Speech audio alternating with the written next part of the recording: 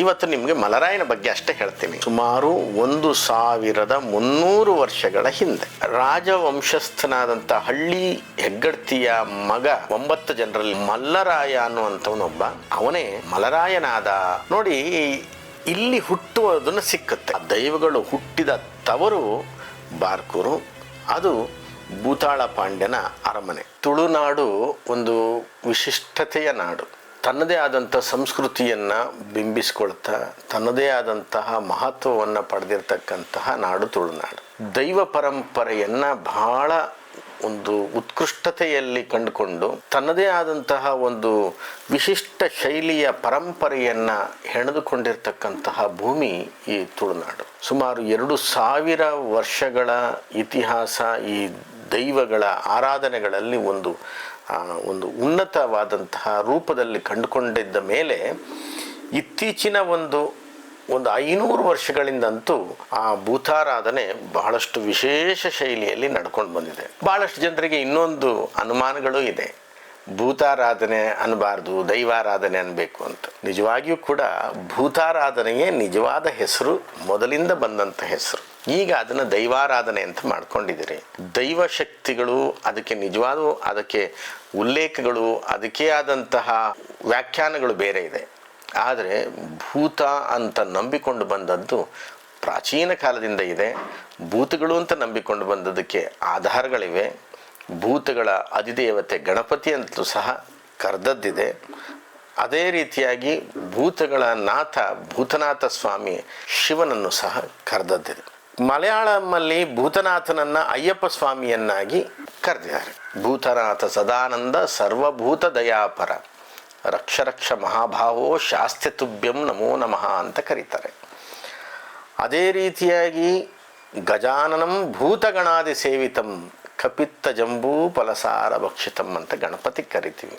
ಅಂದರೆ ಭೂತಗಳಿಂದ ಸೇವಿಸಲ್ಪಡ್ತಕ್ಕಂಥವನು. ಭೂತಗಳಲ್ಲಿ ಪಂಚಮಹಾಭೂತಗಳ ಶಕ್ತಿಯನ್ನು ಯಾವ ಶಕ್ತಿ ಹೊಂದಿರ್ತದೋ ಅವುಗಳಿಗೆ ಭೂತ ಅಂತ ಕರೆಯೋದು. ಅದೇನು ಭೂತ ಬೇರೆ, ಭೂತ ಬೇರೆ. ಭೂತ ಅಂದರೆ ಹೆದರಿಸೋ ಭೂತ ಅದಲ್ಲ. ಇದು ಒಂದು ಭಾಗ ಇರಲಿ. ಈ ತುಳುನಾಡಿನ ದೈವಗಳ ಪರಂಪರೆಯಲ್ಲಿ ರಾಜನ್ ದೈವಗಳು ಅನ್ನೋದೊಂದು ವಿಶಿಷ್ಟವಾದಂಥ ಸ್ಥಾನಮಾನವನ್ನು ಪಡೆದಿರ್ತಕ್ಕಂಥ ದೈವಗಳಿವೆ. ಈ ರಾಜನ್ ದೈವಗಳು ಹುಟ್ಟಿನ ಬಗ್ಗೆ ಹುಡುಕ್ತಾ ಹೋದಾಗ ಬಹಳಷ್ಟು ರಾಜನ್ ದೈವಗಳಿಗೆ ಅಲ್ಲಿಯ ಹುಟ್ಟಿನ ಬಗ್ಗೆ ಕಥೆಗಳು, ಆಧಾರಗಳು ಸಿಗೋದಿಲ್ಲ. ಒಂದಿಷ್ಟು ಕಾಲ್ಪನಿಕ ಕಥೆಗಳು, ಒಂದಿಷ್ಟು ಭಾವನಾತ್ಮಕ ಪಾಡ್ದಾನಗಳು ಅವುಗಳು ಹೇಳ್ತವೆ. ಇನ್ನು ಇದನ್ನು ಹೊರತುಪಡಿಸಿ ವೈಚಾರಿಕತೆಯಲ್ಲಿ ನೋಡಲಿಕ್ಕೆ ಹೋದಾಗ, ಇತಿಹಾಸವನ್ನು ಕೆದಕಲಿಕ್ಕೆ ಹೋದಾಗ ಮೂಲವಾದಂತಹ ಆಧಾರದ ಒಂದು ಪುರಾವೆಗಳು ಸಿಕ್ಕೋದು ಬಹಳ ಕಷ್ಟ.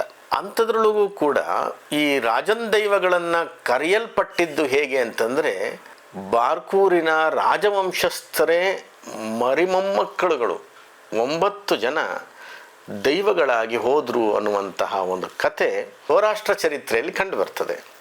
ಈ ಚರಿತ್ರೆಯನ್ನು ಮತ್ತೆ ವಿಶ್ಲೇಷಿತವಾಗಿ ಬರೆಯಲ್ಪಟ್ಟಿರ್ತಕ್ಕಂಥ ನಾನಾ ಗ್ರಂಥಗಳು ಇವೆ. ಅದರೊಳಗೂ ಕೂಡ ಬಾರ್ಕೂರಿನ ಭೂತಾಳ ಪಾಂಡ್ಯನ ವಂಶದಲ್ಲಿ ಸುಮಾರು 7ನೇ ಶತಮಾನಕ್ಕೆ ಬಾರ್ಕೂರಿನ ಅರಸರು ಆಳ್ಕೊಂಡು ಬಂದಿರತಕ್ಕಂಥದ್ದು ಕಾಸರಗೋಡಿನಿಂದ ಗೋಕರ್ಣದವರೆಗೆ ಆಳಿದರು ಅನ್ನುವಂಥದ್ದನ್ನು ಹೇಳುತ್ತೆ. ಆ ಸಂದರ್ಭದಲ್ಲಿ ಇಮ್ಮಡಿ ಪುಲಿಕೇಶಿ ಚಾಲುಕ್ಯರ ವಂಶದಲ್ಲಿ ಆಳ್ತಾ ಇದ್ದ. ಬಾದಾಮಿ ಚಾಲುಕ್ಯರು, ಅದರೊಳಗೆ ಇಮ್ಮಡಿ ಪುಲಿಕೇಶಿ ದಕ್ಷಿಣ ಭಾರತವನ್ನೇ ಆಳಿದ ಅನ್ನೋದನ್ನು ನಾವು ಕೇಳ್ಪಟ್ಟಿದ್ದೇವೆ. ಆ ಸಂದರ್ಭದಲ್ಲಿ ತುಳುನಾಡನ್ನು ಕೂಡ ಆತ ಆವರಿಸಿಕೊಂಡ ಅನ್ನುವಂಥ ಮಾತು ಬರುತ್ತೆ.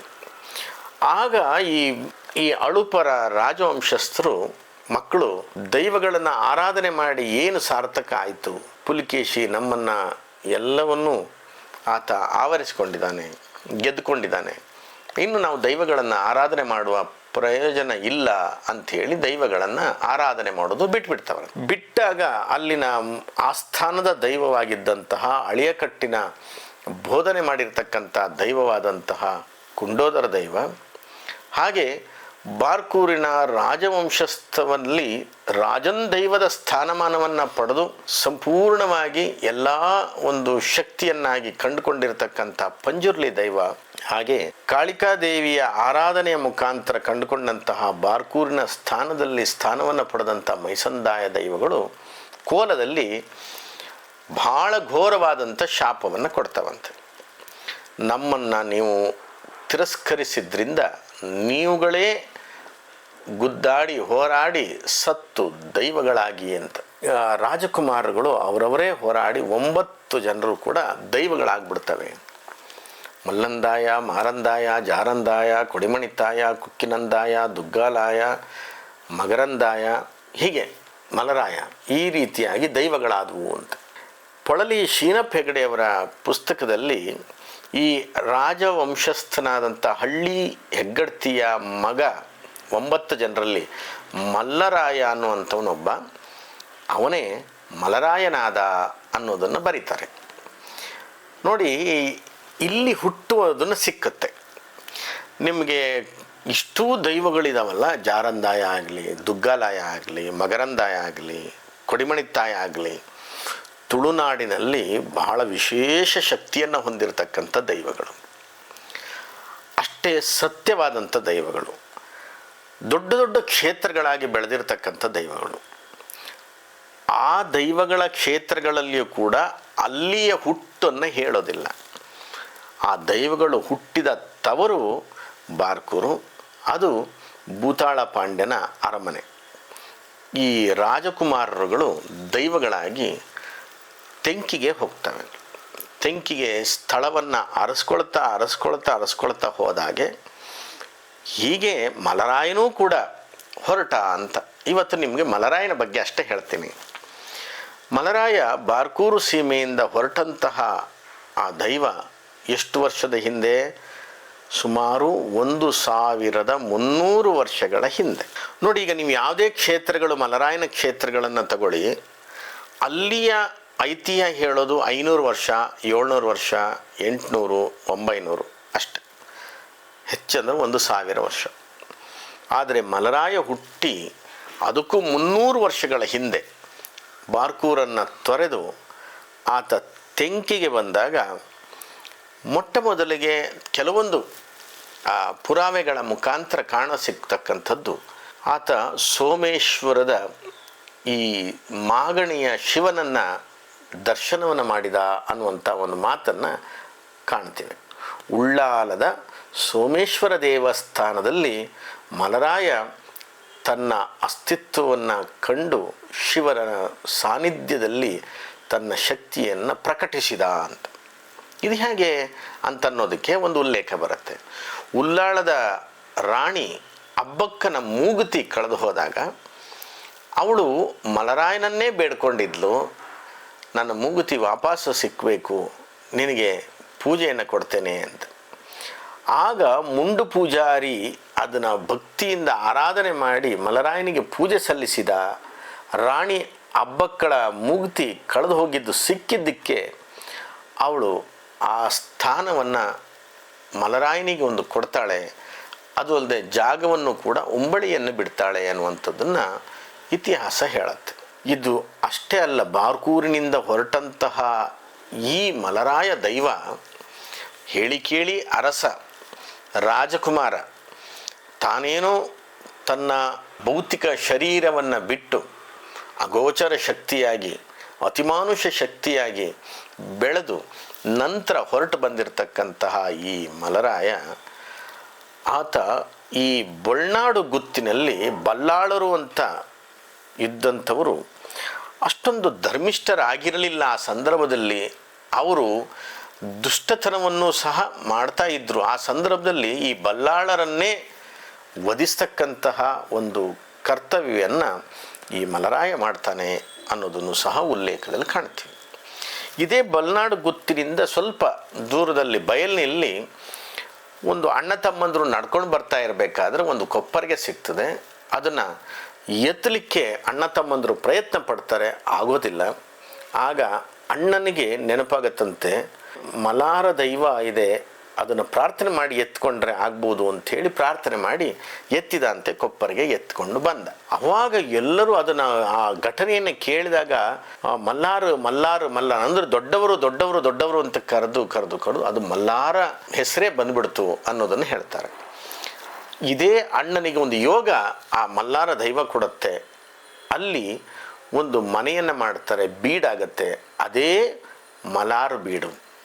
ಈ ಮಲಾರು ಈ ಬೊಳ್ನಾಡು ಗುತ್ತಿನಿಂದ ಬಂದಿದ್ದು ಮಲಾರ್ ಬೀಡಿನ ಅರಸೊತ್ತಿಗೆ ರೂಪದಲ್ಲಿ ಇದು ಪರಿವರ್ತನೆಗೊಳ್ಳುತ್ತೆ ಅನ್ನೋದನ್ನು ಕೂಡ ಇಲ್ಲಿ ಕಾಣಸಿಗ್ತಕ್ಕಂಥ ಒಂದು ದಾಖಲೆ. ಇದರೊಳಗೂ ಕೂಡ ಇನ್ನೊಂದು ಹಾಗೆ ದೈವ ಒಂದೇ ಕಡೆ ಏನೂ ನಿಲ್ಲೋದಿಲ್ಲ.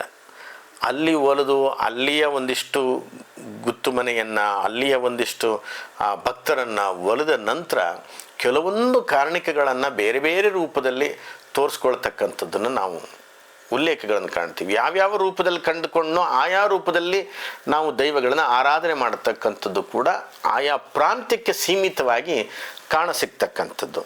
ಡಾಕ್ಟರ್ BA ವಿವೇಕ್ ರೈ ಅವರು ಒಂದು ಕಡೆ ಉಲ್ಲೇಖವನ್ನು ಮಾಡ್ತಾರೆ.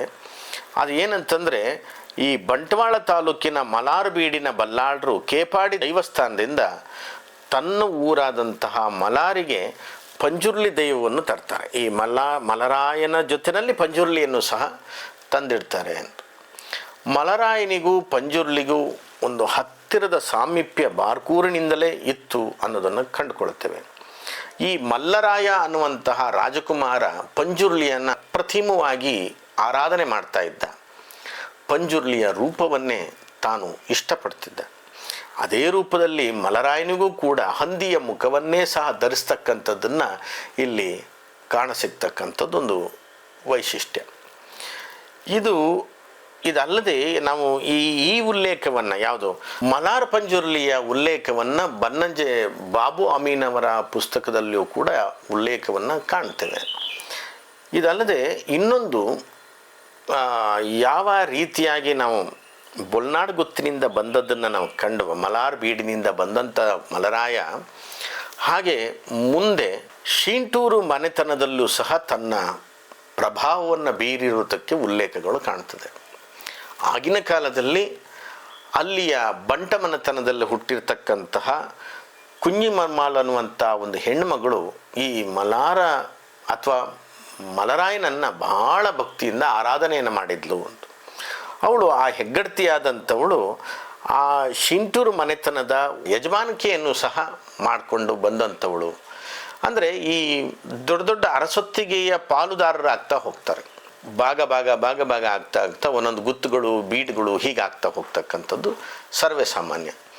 ಹಾಗೆ ಕುಂಜಿಮರ್ಮಾಳ್ ಅನ್ನುವಂತಹ ಮಹಾತಾಯಿ ಪೂಜೆಯನ್ನು ಮಾಡಿದಂಥವಳು 36 ಮುಡಿ ಭತ್ತ ಬೆಳೀತಕ್ಕಂಥ ಗದ್ದೆಯನ್ನು ಮಲರಾಯನಿಗೋಸ್ಕರವಾಗಿ ಸೀಮಿತವಾಗಿ ಇಡ್ತಾಳಂತೆ.